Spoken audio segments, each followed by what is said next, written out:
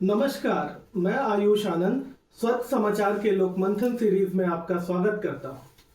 हम अपने आज के एपिसोड में भारतीय एवं पश्चिमी अवधारणाओं पर आधारित सामाजिक एवं आर्थिक व्यवस्थाओं का विश्लेषण करेंगे और यह बताने का प्रयास करेंगे कि भारतीय अवधारणा पश्चिमी अवधारणा से श्रेष्ठ क्यों है। भारत की सामाजिक एवं आर्थिक व्यवस्थाओं की मुख्य थाती है यहाँ की हिंदू सनातन धर्म, जो कि यहाँ के लोक विचार, व्यवहार और व्यवस्था में वर्षों से विद्यमान है। यही वजह है कि वर्षों की गुलामी के बावजूद आज भी भारत अपनी प्रेरणा रामायण, महाभारत और गीता से लेता है। प्रसिद्ध लेखक शंकर सरन जी बताते हैं कि भारत विश्व का एकमात्र ऐसा अनूठा देश है जहां आज भी वो साहित्य पढ़ी जाती है, वो भाषा पढ़ी बोली और लिखी जाती है जो हजारों साल पहले थी। तमाम आघातों के बावजूद भारतीय सभ्यता आज भी न सिर्फ जीवित है बल्कि इसे दुनिया में एक विशिष्ट स्थान प्राप्त, जबकि रोमन और यूनान जैसे साम्राज्य जिनका एक समय में पूरे यूरोप पर दबदबा था, वो पूरी तरह नष्ट हो चुके हैं। और ऐसा इसलिए हुआ क्योंकि भारतीय सभ्यता में समाज की पूरी चेतना, पूरी अभिप्सा, पूरा जीवन लक्ष्य सनातन धर्म में बसा है। वहीं दूसरी ओर पश्चिमी सभ्यता में धर्म लोगों के कई क्रियाकलापों में से एक काम के रूप में माना जाता रहा है, जैसे कि नौकरी करना, व्यापार करना, मनोरंजन करना या युद्ध लड़ना, वैसे ही ईश्वर की आराधना करना। हम धर्म को अक्सर रिलीजन के पर्याय के रूप में देखते हैं और यहीं से हमारी सारी दुविधाओं का आरंभ होता है। भारतीय सभ्यता में धर्म का अर्थ है नैतिक रूप से अपना कर्म करना, ना कि किसी विशेष संप्रदाय का हिस्सा होना।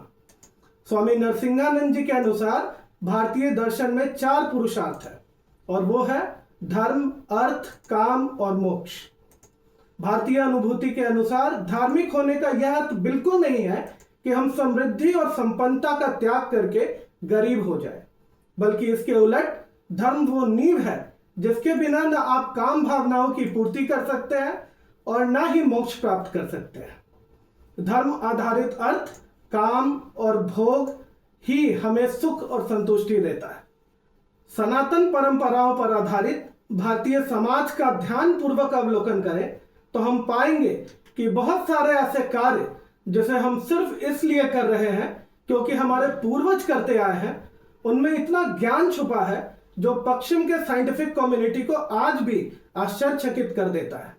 जैसे पशु पक्षियों के लिए भोजन पानी की व्यवस्था करना, गाय को माता का दर्जा देना, तुलसी और नीम की पूजा करना, अपने किचन में हल्दी, दालचीनी, मुलैठी और अजवाइन जैसे मेडिसिनल मसालों का प्रयोग करना आदि। फर्क है तो बस इतना कि हम ज्ञान को पेटेंट करवाने में विश्वास नहीं रखते थे और ना ही अपने ज्ञान, अपनी सभ्यता को किसी के ऊपर थोपने में। ऐसा नहीं है कि हम कभी शक्तिशाली नहीं थे, मगर हमने अपनी शक्ति का प्रयोग विश्व कल्याण के लिए किया, ना कि उन पर अपना आधिपत्य जमाने के लिए। हम जानते हैं कि प्राचीन भारत की स्थापना वैदिक काल में हुई थी।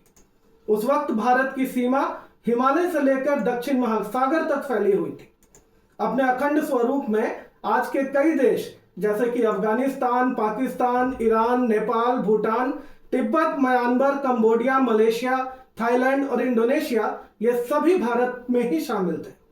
भारतीय मूल का होने के बावजूद इन सभी को अपने रिलीजन की, अपने तौर तरीके से जिंदगी जीने की आजादी थी। वो सभी विभिन्न रिलीजन के होते हुए भी हिंदू हो सकते थे अगर वो होना चाहते थे। हमने कभी बलपूर्वक किसी को हिंदू नहीं बनाया, ना ही कोई षड्यंत्र रचा, जैसा कि मुगल, अंग्रेज, तुर्क, डच, पुर्तगाली और फ्रांसीसियों ने भारत के साथ किया। बल्कि पूरा विश्व भारत आया, यहाँ का ज्ञान लिया, पुस्तक लिए, स्कॉलर्स लिए और हमने अपनी समावेशी आचरण का अनुकरण करते हुए सबका खुले दिल से स्वागत किया। यही भारत की अवधारणा रही, यही हमारे सनातन धर्म ने हमें सिखाया। आर्थिक व्यवस्था की दृष्टि से भी भारतीय अवधारणा पश्चिमी अवधारणा से श्रेष्ठ है। पश्चिमी सभ्यता ने अर्थ को केवल एक साध्य के रूप में देखा, जिसे प्राप्त करने के लिए वो किसी भी हद तक गए, कॉलोनी बनाए, छल किया, शोषण किया।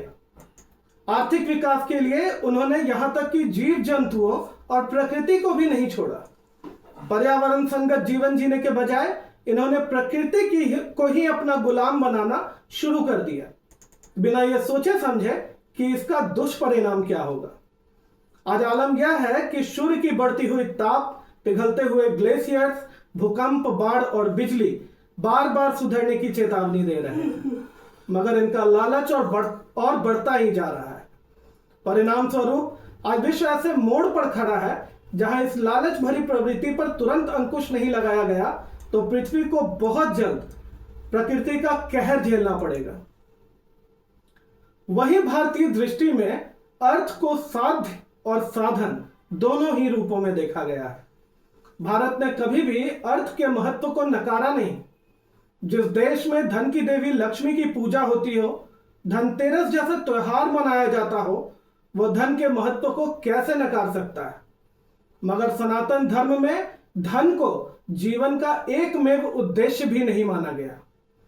भारतीय अनुभूति में अर्थ को धर्म और मोक्ष के बीच बहता प्रवाह के समान माना गया, जिसका नियंत्रित रूप से बहना विश्व के लिए मंगलकारी है, मगर अनियंत्रित प्रवाह विध्वंसकारी है। धर्म को नकार कर मनुष्य को केवल अर्थ पशु बनाने वाली भौतिकवादी विचारधाराओं का परिणाम आज पूरा विश्व भुगत रहा है।